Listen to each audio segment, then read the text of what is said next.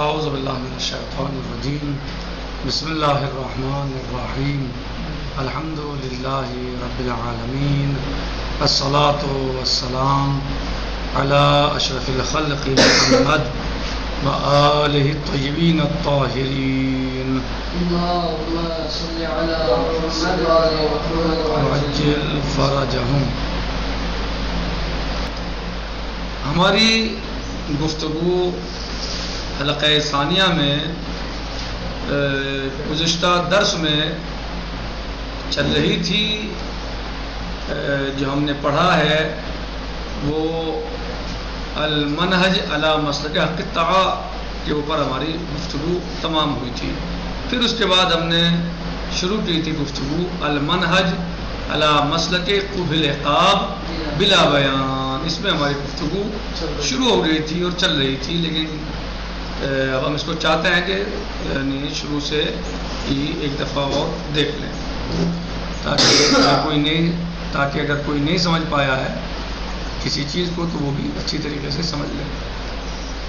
کہہ رہے ہیں کہ المنہج علی مسلک قبح العقاب بلا بیان.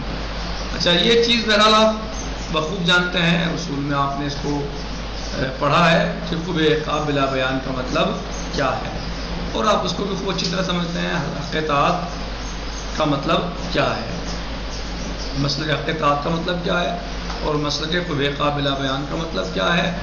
تو یہ سب آپ جو ہیں وہ جان چکے ہیں. تو کہہ رہے ہیں کہ وما تقدم کانا بناء علی مسلک حق الطاعت. جو گزرا ہے، گزر چکا، جو ہم نے پڑھا ہے گزشتہ درس میں، وہ تھا بنا رکھنا مسلک حق اطاعت کا. صحیح، یعنی حق اطاعت کے مسئلے میں بارے میں ہم نے اس میں بیان کیا تھا. واما بناء علی مسلک قبح العقاب بلا بیان فالامر علی العکس تماما والبدایۃ مختلفہ. کہنا ہے کہ اگر آپ جو مسئلہ ہے یہ مسلک قبح العقاب بلا بیان پر اس کو بنا رکھیں تو یہ امر جو ہے اس کا بالکل الٹا ہے، بالکل الٹا ہے. فإن أعم الأصول العملیہ حینئذ هو قاعدہ قبح العقاب بلا بیان. اس میں کیا ہے، عام اصول عملیہ کیا ہے، قاعدہ قبح العقاب بلا بیان ہے. اور وہاں کیا تھا، جو اس میں تھا مسلک حق اطاعت. ٹھیک، وہاں کیا تھا مسلک حق اطاعت میں اصالۃ الاحتیاط. یہاں کیا ہے اصالۃ مثلا یہاں کیا ہے براءت العقلیہ. ٹھیک، تو کہہ رہے ہیں کہ جو عام اصول عملیہ تھا وہاں پر وہ قاعدہ قبح العقاب بلا بیان ہے. یہاں پر جو ہے وہ کیا ہے، قاعدہ قبح العقاب بلا بیان ہے. اور اس کا نام کیا ہے، بتسمى ايضا بالبراءۃ العقلیہ، اور اس کو براءت عقلیہ بھی کہا جاتا ہے. یعنی قاعدہ قبح العقاب بلا بیان کو براءت عقلیہ بھی کہا جاتا ہے. اور جیسے وہاں اپنے مسلک حق اطاعت میں پڑھا اصالۃ البراء احتیاط اشتغال الذمہ کہہ لیں، یعنی اسے اشتغال الذمہ بھی کہا جاتا ہے اور اصالۃ الاحتیاط بھی کہا جاتا ہے.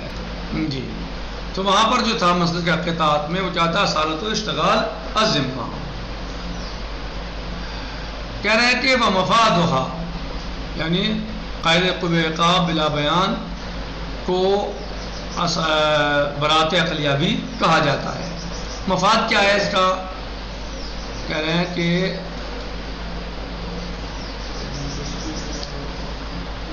ومفادها یعنی براءت العقلیہ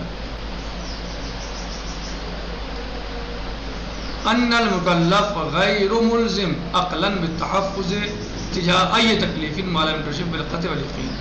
اس کا مفاد کیا ہے براءت عقلیہ کا، یعنی مکلف غیر ملزم ہے، یعنی مکلف کے اوپر لازم نہیں ہے عقلا، غیر ملزم عقلا، مکلف کے اوپر عقلا لازم نہیں ہے. کیا لازم ہے، بالتحفظ تجاه ای تکلیف ما لم یکتشف بالقطع والیقین، کہ وہ تحفظ کرے اس تکلیف کے بارے میں کہ جس کا انکشاف قطع اور یقین کے ذریعے نہیں ہوا ہے.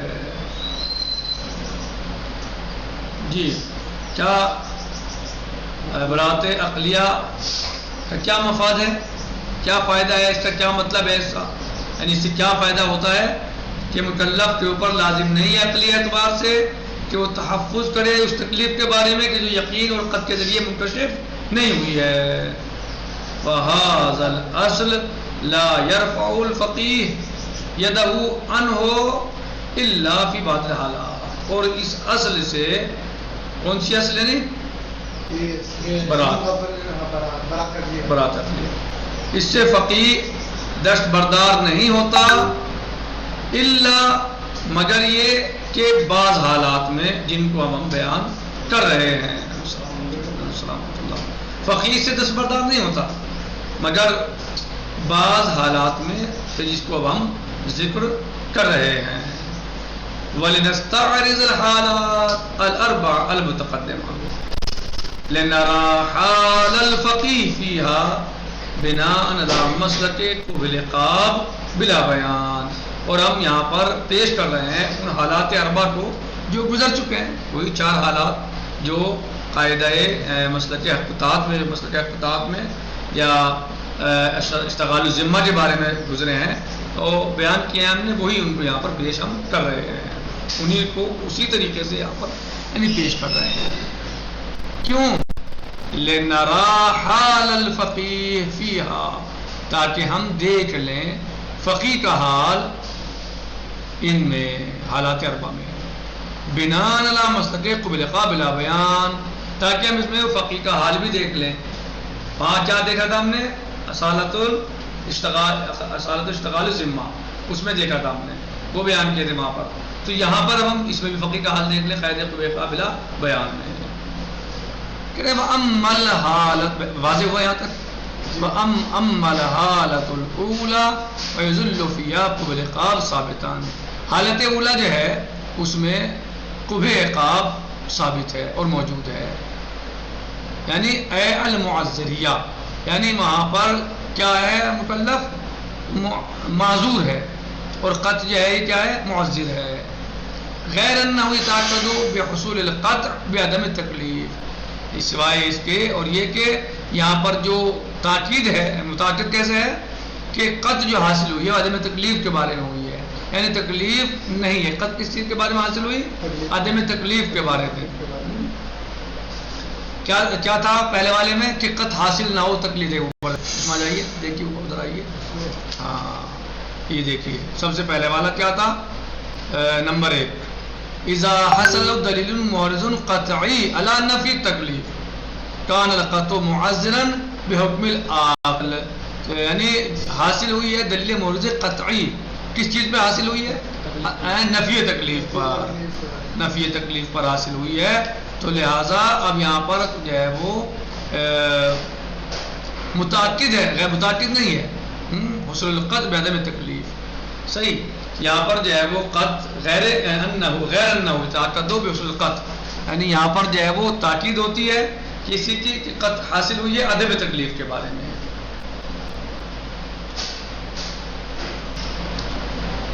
وَأَمَّا الْحَالَةُ الثَّانِيَةُ، دوسری حالت ہے فَيَرْتَفِعُ فِيهَا مَوْضُوعُ الْبَرَاءَةِ الْعَقْلِيَّةِ.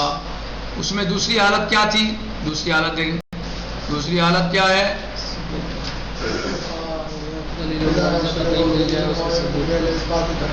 جی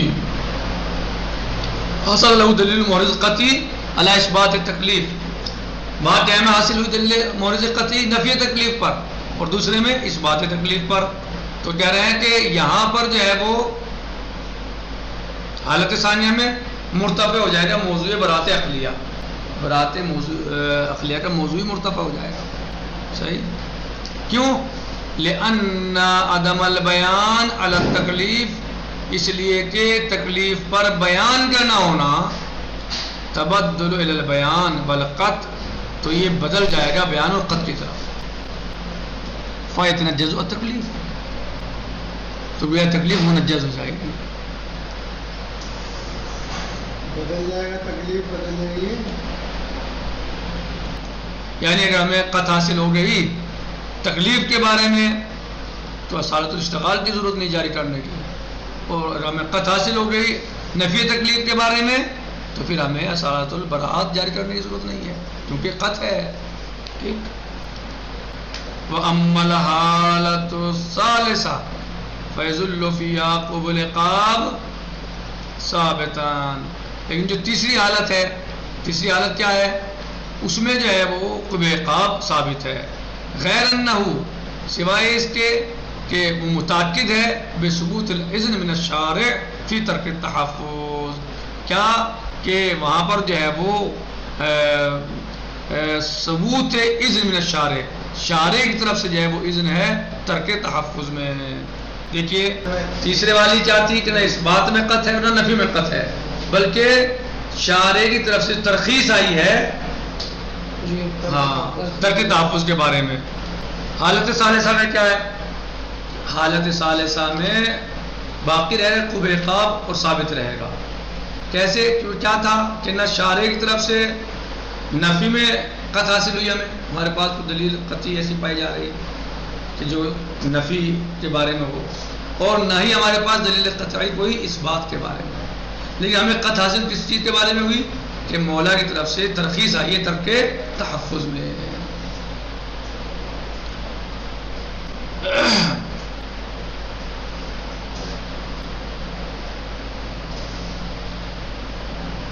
غیر انہ ذاکرتو بثبوت الاذن من الشارع فی ترک التحفظ، سوائے اس کے کہ وہاں پر تاکید پیدا ہو گئی ہے کس چیز کے بارے میں؟ ثبوت اذن من الشارع فی ترک التحفظ، کہ شارع کی طرف سے کیا ہے؟ اذن ہے ترک تحفظ میں. یہی تھا نا کہ نام قط جو ہے وہ اس بات میں ہے اور نفی میں ہے، بلکہ شارع کی طرف سے ترخیص کے بارے میں قط ہے. ترخیص کی چیز کے بارے میں؟ ترک تحفظ کے بارے میں. ہاں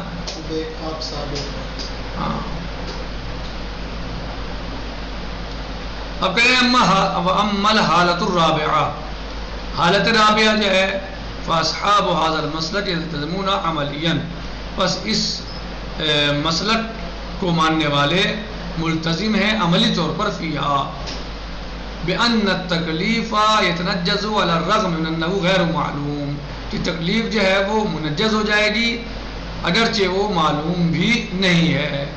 ویتحیرون نظریا فی کیفیت تخریج ذالک علی قاعدتہم القائلہ بقبول عقاب بلا بیان، اور وہ اس پر متحیر ہیں نظری اعتبار سے کیفیت تخریج کے بارے میں علی قاعدۃ القائلہ بقبول عقاب بلا بیان بمعنى ان الامارہ المثبتہ للتکلیف بعد جعل الحجیہ لها واصالۃ الاحتیاط کیف تقوم مقام القطع الطریقی فتنجز التکلیف. کہہ رہے ہیں کہ بمعنی اس اعتبار سے کہ امارہ المثبتہ، وہ امارہ کہ جو تکلیف کو ثابت کرتے ہیں، بعد جعل الحجیہ لها، اس کے لیے حجیت کو قرار دینے کے بعد، یعنی جب امارہ حجت ہو جائیں، او اصالت الاحتیاط یا اصالت احتیاط، کیف تقوم مقام القطع الطریقی، کہ اصالت الاحتیاط یا امارہ مثلا جب ان کو حجت قرار دیا جائے تو وہ کیسے قائم مقام ہو سکتے ہیں؟ قطع طریقی کے. پر جب وہ قائم مقام ہو جائے قطع طریقی کے فتنجز التکلیف، جب امارہ یا اصالت الاحتیاط قائم مقام ہو جائیں قطع طریقی کے تو تکلیف کیا منجز ہو جائے گی. مع انہ لا یزال مشکوکا، حالانکہ یہ اس وقت بھی مشکوک رہے گی کیونکہ جو یہ امارہ کے ذریعے تنجیز حاصل ہو رہی ہے یا اصالت کے ذریعے، تو کہیں نہ کہیں ان میں شک تو پایا جاتا ہے نا.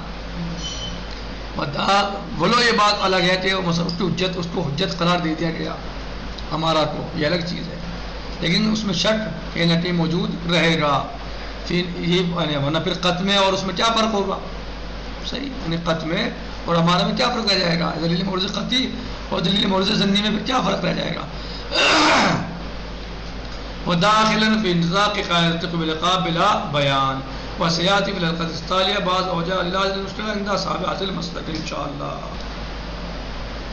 کہہ رہے ہیں کہ یہاں جو یہ کہا ہے کہ بمعنى ان الامارہ المثبتہ للتکلیف بعد جعل الحجہ لها واصالۃ الاحتیاط کیف تقوم مقام القطع طریقی، یعنی ہمارا مثبت التکلیف جب اس کو حجت اس کے لیے قرار دے دی جائے، یہ اثرات الاحتیاط صحیح ہے، یہ کیسے قطع طریقی کے قائم مقام ہو سکتے ہیں کہ جس کے ذریعے تکلیف منجز ہو جائے؟ کہہ رہے ہیں کہ جبکہ اس میں شک موجود ہے، شک پایا جا رہا ہے قید قوہ عقاب بلا بیان میں بھی، تو کہہ رہے ہیں کہ اس کے قائم مقام جو ہے وہ یعنی قطع طریقی وہ نہیں ہو گئی، بلکہ وہ بمنزل قط ہوئی ہے، یعنی قط نہیں ہوئی ہے، وہ قط نہیں ہے بلکہ بمنزل قط ہے۔ کیا یعنی ایسے موقعوں پر جہاں ہمارا کو حجت قرار دے دیا جائے تو وہ قط نہیں ہوتی بلکہ بمنزلہ قط ہوتی ہے۔ والحمدللہ رب العالمین، والسلام علیکم ورحمۃ اللہ وبرکاتہ۔